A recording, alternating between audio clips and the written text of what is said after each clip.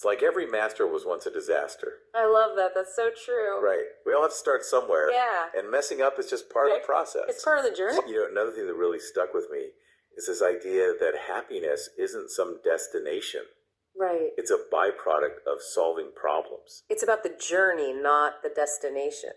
Exactly, like it's those aha moments. Oh, those are good. When you finally figure something out. It's so satisfying, isn't it? It's so satisfying, and it's like, you know, you did it.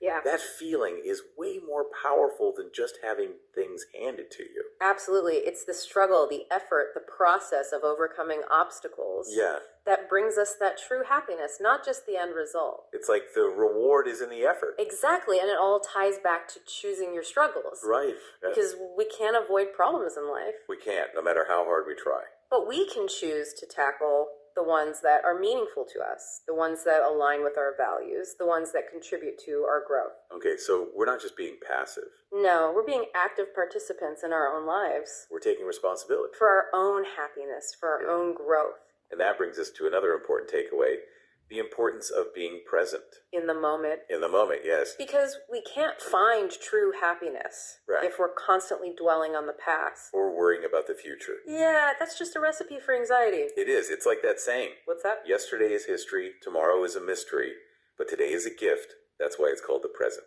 Oh, I love that. It's so cheesy, but it's so true. It's so true. It's easy to get caught up in our thoughts. So easy. But we miss out on so much when we're not fully present in the here and now.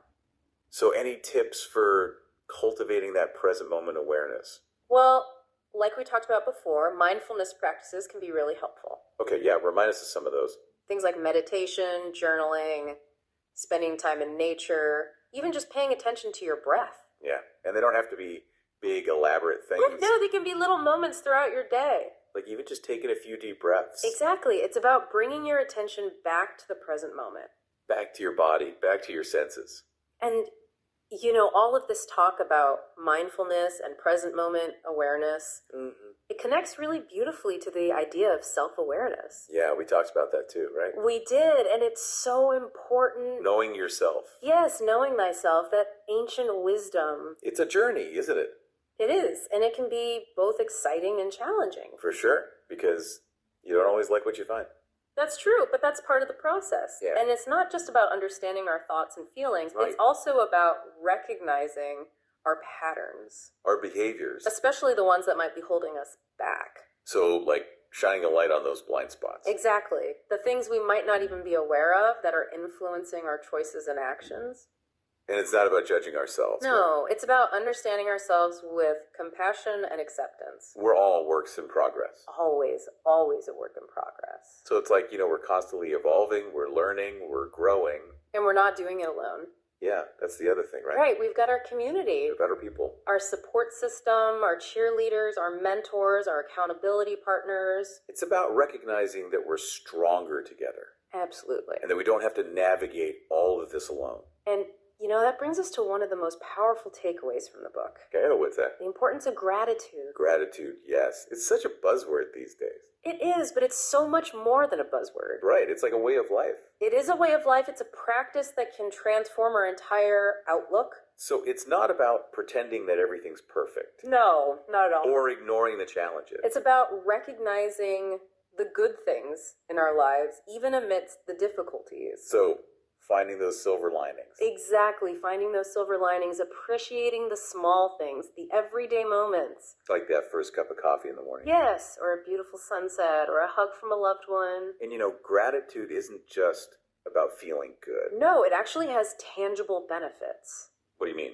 Well, studies have shown that practicing gratitude can reduce stress, improve sleep, boost your immune system. Really? Yeah, it can even strengthen your relationships. So how do we cultivate more gratitude in our lives? Well, it starts with awareness. Okay.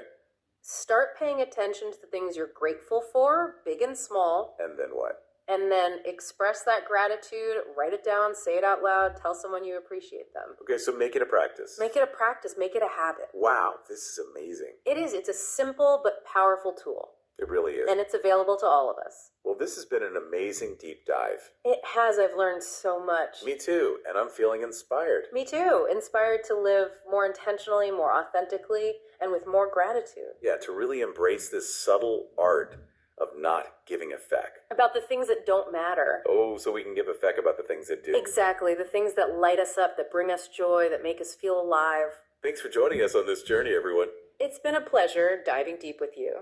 We'll see you next time for another deep dive into something amazing.